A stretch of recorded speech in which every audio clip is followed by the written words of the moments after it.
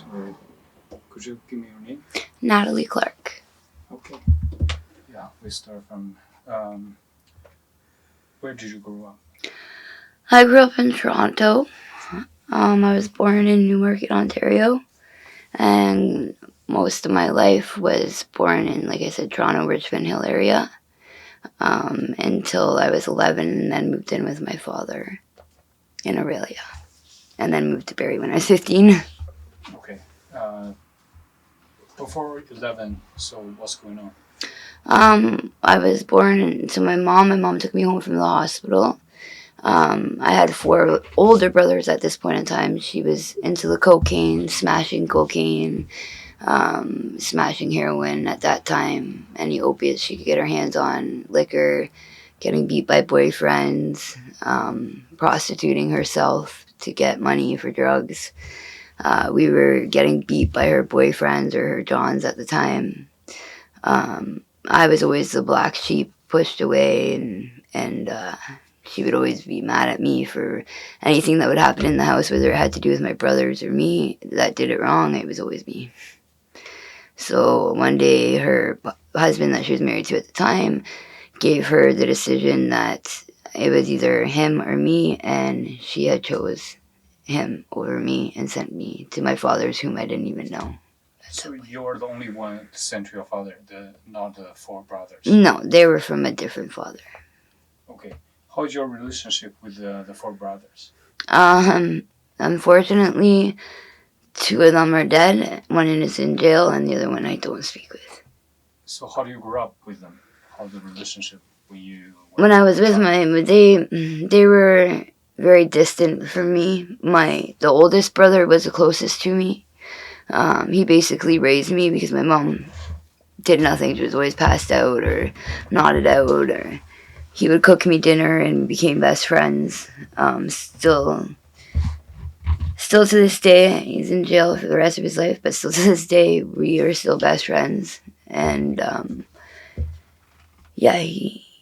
that's the only brother that I really had a big relationship with on that side of the family, on my mom's side. When I first moved in with my dad, I guess it's like basic every girl's story of living with a monster for a father. I moved in with him, and he at first was the greatest dad ever. He bought me everything I wanted. He made my room look like every little girl wanted, with the princesses, and made me feel very comfortable until about the first week of living there. I remember him coming home drunk, and the first time an interaction had ever happened, he slapped me in the face and told me to go to my room. When I went to my room, he came up after and told me that I needed to get undressed and go into bed. And I asked why I couldn't put my pajamas on. He had told me, well, every little girl, when they are with their father, gets undressed and goes into bed. He then proceeded to get in bed with me and ended up molesting me for the next almost 3 years of my life, and beating me, and he would get drunk every night. I would go to school, and I'd come home, and my stepmom would be in tears saying, Natalie, he's coming, hide. Where are you going to hide in a small house? You can't. He would make me dig holes and tell me that he was going to tell my mom I ran away. He was going to bury me alive. He took my bed out of my room, my carpet out of my room, made me sleep on a floor with just bread and water for weeks and weeks. Would send me in school with knives in my backpack and call school just so that I could come home, so that he could molest me and beat me, and told me that if I ever told the teachers that he would kill me. One day I finally had enough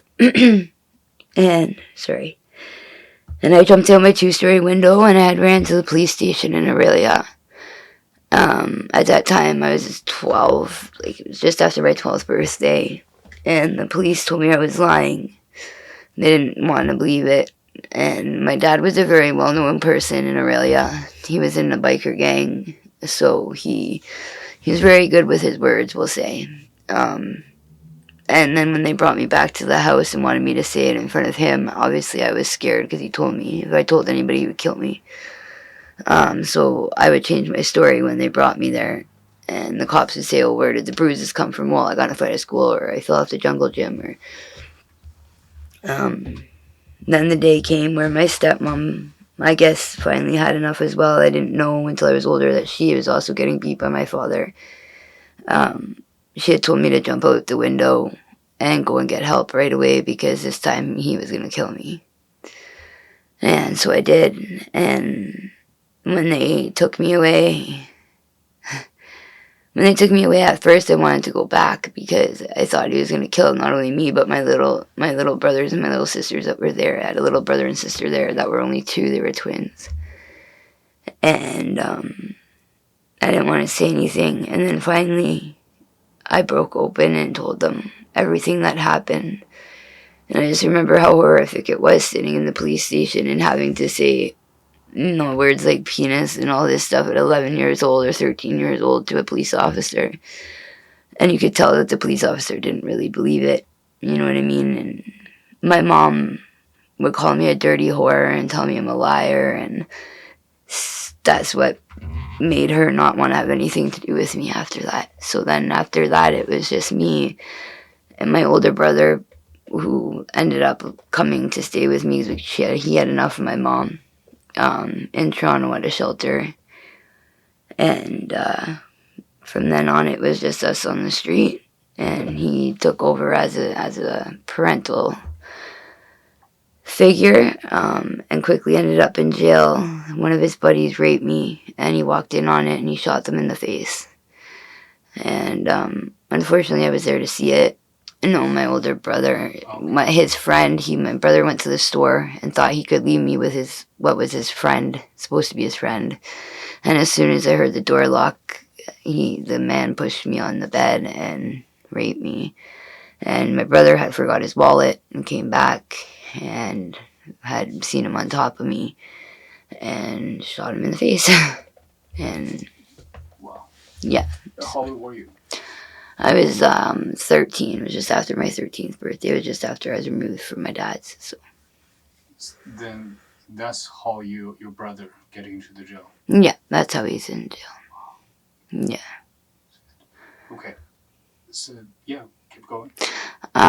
So then I quickly fell into a gang life there. My brother was in the Crips, in Driftwood Crips in Toronto. So I was left behind with them after everything was said and done. One of his buddies took over and took care of me. I was initiated into the Crips. Started carrying guns and selling drugs to make money to eat. At this point in time in my life, I hadn't tried drugs yet. I just knew that I could eat with the money and, would meet the big time drug dealers that you see on TV and, would have everything that I wanted. And that wasn't the case. After that, I was involved with the Driftwood Crips for about 11 years after that, selling drugs, and that was what I got addicted to the most, was selling drugs and doing drugs. The first time I ever did drugs, I did cocaine, and it numbed so much pain that I just constantly wanted to do it so I didn't have to feel pain. I was being pimped out by one of the drug dealers, and it would just numb the pain every time I had to go out and see a John when I didn't want to. So how often you have to see the John? He made me see him every day. I would have to see at least 3 to 4 men a day. And I would get maybe $20 from each person. So since how old were you? I was 15 till about 19 when I came here. It was very hard. I went through a lot. I got beat up a lot. I was raped more than one time in different shelters. It became almost like normal in my life. It got to the point where I was taking my pants off for these men so that it wouldn't hurt. It would just feel like a normal thing. And if I could turn back time, I probably would have told on all these guys. But being in a gang, you're always taught not to tell the police, right? Not to brat. basically, right? At that time, I didn't know the difference between the ratting and the saving your life. I just thought it was all ratting. And yeah, I have lots of scars on my body. A man, one of the guys tortured me for 8.5 hours and put cigarettes out on my legs. He put, he would burn the roof of my mouth, so my palate of my mouth is gone a little bit, and they had to do a little bit of a surgery, so I don't have like the normal glands in my mouth, so I'm always dry mouthed. What that incident happened? How that happened? It was a call to go to see a John, and it was just a bad call. He ended up locking me in his house. He told the pimp that it was a 3-hour call, and as soon as I sat down in the chair, he had grabbed my arms, tied my arms behind the chair. He's forced himself upon me, and I tried to shove him away with my head, and every time I would scream or try to shove him away, that's when he would burn me with cigarettes and tell me I'm a dirty whore. And How old were you? I was 16 at that time. Then after the 8 hours, you escaped by yourself, or No, so after a certain amount of time, the pimp would come to the house if they didn't hear from you or get a phone call. And that's what happened is he came to the house. The guy wasn't at the house when he got there. The door was open. I was very lethargic, and I was knocked out at the time. I woke up in the hospital. The last thing I remember him doing was like punching me in the face. So until the point of it, I got knocked out. So I don't know what happened in between those periods, but I know that I had 14 staples in my vaginal area. So whatever he did was not very nice at all. So end up find that guy. Yeah, he's in jail. Yeah. So is the pimp find him? Yeah, the pimp found him. Yeah, the pimp found him, and then I can't tell you what he did to him because I was obviously in the hospital, but obviously the hospital called 911 and the police had arrested the guy afterwards, so. Yeah. So that's your 16. That's when I was 16, yeah. So keep going. So then, was it my 17th birthday, I met a girl, and she was very much like me. We bonded very much, very, very, very, very closely. She was in the gang as well. We tried to run away and get away from these people and make a new life. And it didn't work. The pimp ended up finding us, so it went from a straight gang life to a pimp having pimped us out. But it was all related through the gang. I couldn't tell you how. I don't know. The drugs took over very quickly, and I was very. I wasn't like this. That's for sure. I was not coherent most of the time. But we were always together, and one day we were in Toronto and I heard a bang, and I looked behind me and she had got shot in her stomach and she was 9 months pregnant, so she had lost her baby in her. So the only one good thing that I found in my life again now was all of a sudden gone. So that took a lot of pain and a lot of hurt, and I'm still not over that. When did that happen? That happened when I was 17, almost going on 18. Oh, it's a long time ago. Yeah, very long time. And then, so when I was 19, I got raped one more time at Eva Satellite, which is another shelter in Toronto, by some black guys that asked me if I wanted to do ecstasy. Finally, the police had enough of me being raped in Toronto all the time. They bring me here to Barrie, to Youth Haven, and told me that it would be a better place and I could get help here to be a better person, to be the person that I need to be. When I came here with lots of drugs and just still continued to sell drugs here. The only thing that stopped was the prostituting because I didn't have a pimp and I didn't want to be a working girl anyways. It was just something that was forced upon me. When I first was trying to get used to the shelter, I was a very hurt youth and very violent towards other people. It was almost like getting my anger out on other people was a way to deal with everything, right? Like all my hurt and my pain in my life. 9 months after I moved here, I met a guy, and the first time I slept with him, I got pregnant with my son. My first son. He died when he was 15 days old. We had to pull his breathing tubes. I was on drugs and I was clean. But he had a rare disease called Charges, which makes you not walk, talk, eat, smell, hear, or breathe. And so we had to pull his breathing tubes. And we decided to stay together because we got through that together. So we thought that we could conquer anything. Be in this fantastic relationship. And then one day I came home and I had relapsed, and I told him that I relapsed. That I had smoked crack with a friend because I was upset. And that was the first time he ever hit me. He punched me in my face. I just took it. It's a norm to me at that point. Then, 18 months later, I had my next son, Darnell, with the same guy. So now we just started to stay together because of the kids. When I had Darnell, I brought him, he was 13 pounds. We brought him home from the hospital. I felt amazing. I felt awesome. I felt great. I could bring my son home. I felt like I finally achieved something in my life. That I was handed a piece of gold, really, to start fresh and to give a life something that I never had. And then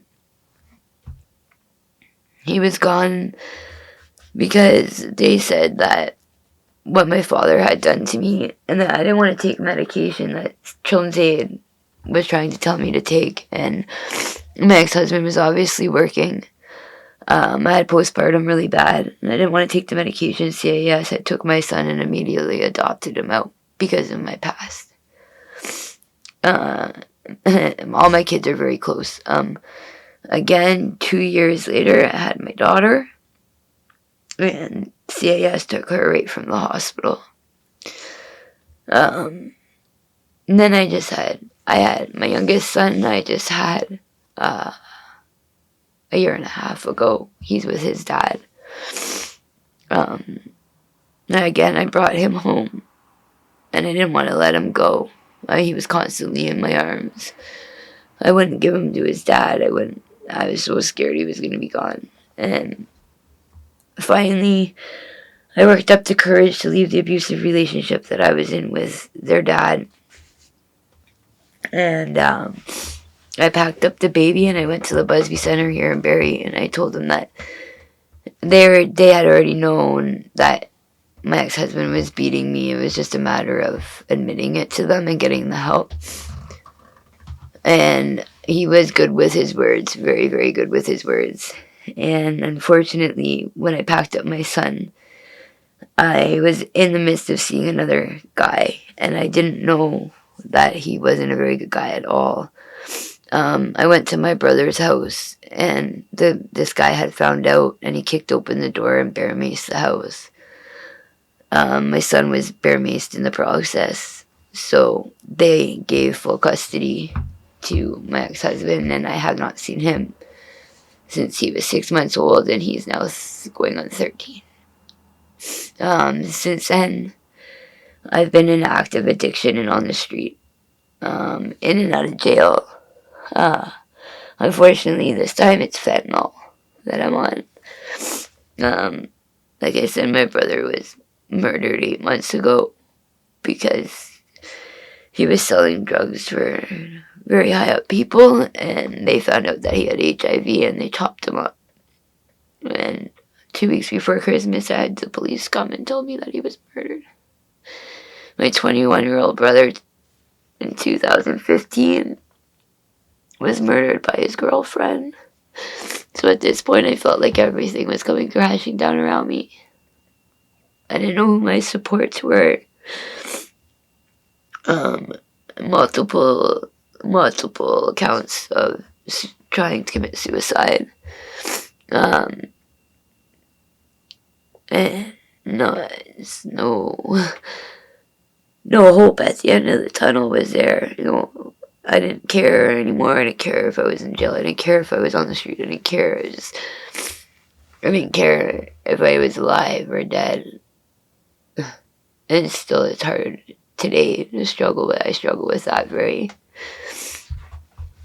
very much so. I'm always alone right now. I do have a boyfriend, but he's not anything good to speak about. He cheats on me all the time, and he leaves me on the street by myself in a tent. He's not abusive, but he's just not there, and just cheats all the time. Doesn't care, right? The first time is when my son passed away. I cut my arm. It was an inch away from the artery, and I just wanted to be with him. I thought if I was with him, it would end all the pain. Just when that happened? When I was 19. The last time I tried to commit suicide was 4 months ago. I drank 2 bottles of Valiums in the bush, and no one could find me. The Busby Center and my boyfriend had called missing persons, and they found me unconscious in the bush. And I now have swelling and bleeding on one side of my brain from being unconscious for so long.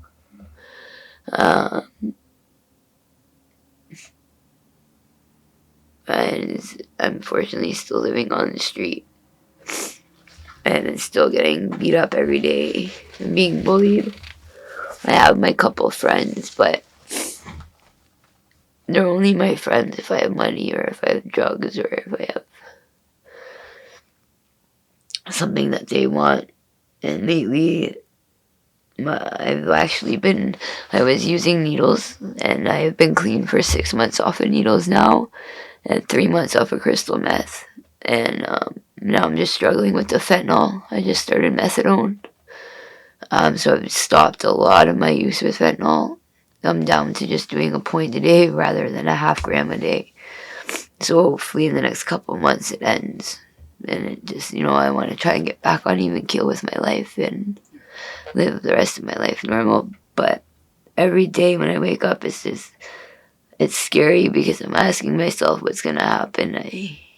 I'm either getting dumped for my money, or other girls are jealous because I'm always hanging out with the boys and I always have stuff, and they'll wait around corners and jump me. Or I've been beat by multiple guys here.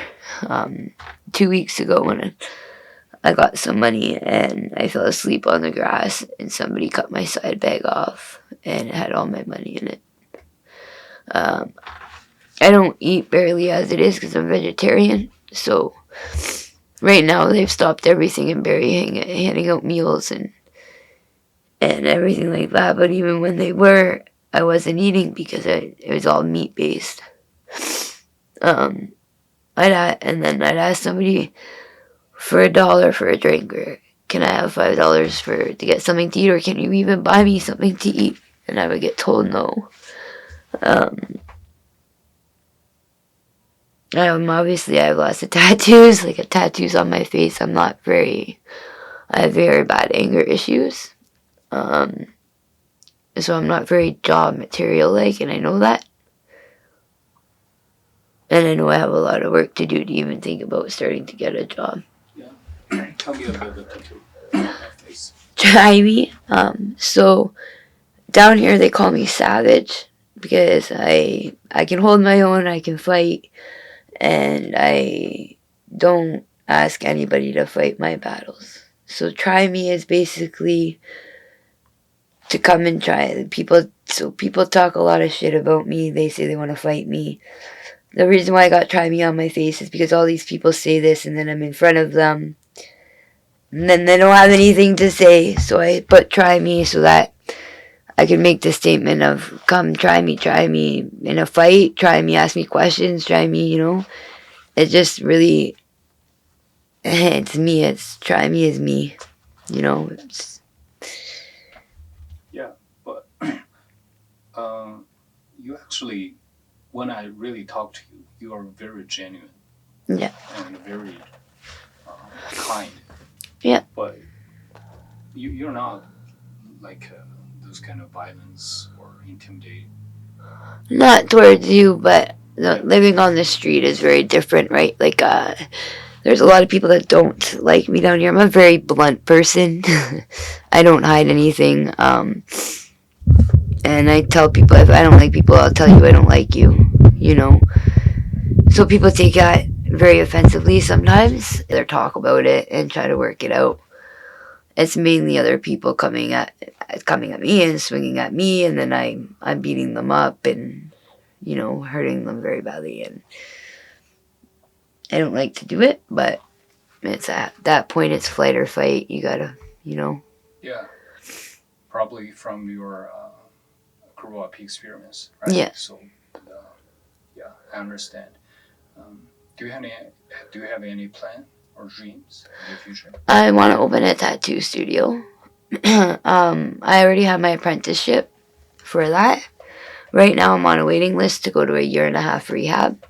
And then I also want to do kind of like this, but I want to speak in schools to younger, like to the youth about, being street smart, basically. And some kids nowadays think that hey, I'm going to go live on the street, it's going to be fun, it's going to be great. And it's not. This is not the life you want to live. This is not, especially, I hate to say it, but especially for a female, this is not the life you want to live. It's every day you wake up. Every day, first of all, you go to bed wondering if you're going to wake up. You know what I mean? Because you don't know what's going to happen. You don't know if there's some guy that's going to run through. Like, I stay in a bush right now by myself in a tent. So at any moment, anybody could come in that tent and harm me. And I wouldn't even know, I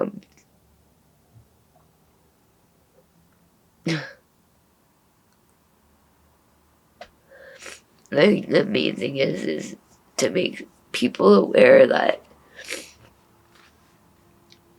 a lot of us need help getting away from enemies, really. You know what I mean? Like, especially women on the street. We need a safe place to go that we feel comfortable laying our heads at night, where we know we're going to wake up in the morning. It shouldn't be a fear to go to sleep and not wake up.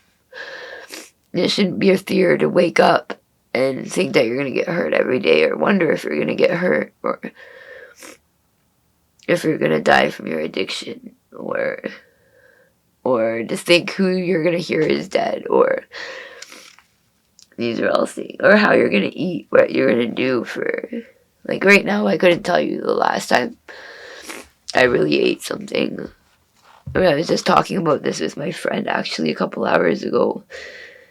He was telling me I was looking really thin, and made him cry because he's watching me fade away. And it's nothing to do with really my addiction, it's just stress. And them taking away everything here just hurts me more. Yeah, I still have hope. I still have hope that I can be that person that I want to be. I know it's going to be a lot of hard work, but I know I can do it. If you put your mind to it, you can do anything, right? So I still have a lot of hope. Right now, how do you make money to? Usually I panhandle, but there's people bullying me right now up where we panhandle. So like I said, the last 4 days I haven't been making any money, so I haven't been eating right. And I've just been on my methadone. I don't even feel the need to use anymore. I don't want to be stuck in addiction. I want to gain my weight back, and I want to get healthy and live a normal life again, as normal as I can. Right now, where's your mom and your? I don't know. My dad is dead. My dad passed away. My mom, I have no idea, and I don't care to know. So I don't have any desire to know where she is or what she's doing. So Now, how old is your daughter? my daughter will be 13 this year. You don't see her. No, I don't see any of my kids or talk to them.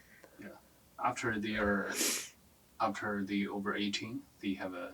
Yeah, they have a say. So my oldest turns 18 this year, and I'm hoping that he'll find me. That's another reason I want to go to rehab, right? That's one of the biggest reasons. So not only for that, for myself, right? I'm gonna end up dead out here if I don't get back on track. I mean, I was in the hospital this weekend just from not eating and just being really sick from not eating because I've had nothing in a few days. I just was so lethargic and so tired and no energy, and my iron was down, my everything was down, and I had puked up everything in my body at that point, to the point I was puking up blood. And I remember trying to go to call an ambulance. I seen a lady and I said, can I get $1 for a drink? And the lady really rudely said no. And I said, okay, miss, you have a good day. And I just kept walking and then ended up calling 911. And I was just released from the hospital 2 days ago from that. So it's not something, a problem anymore. I know how to talk about it now. I do a lot of journaling, so. But I can promise you I won't kill myself.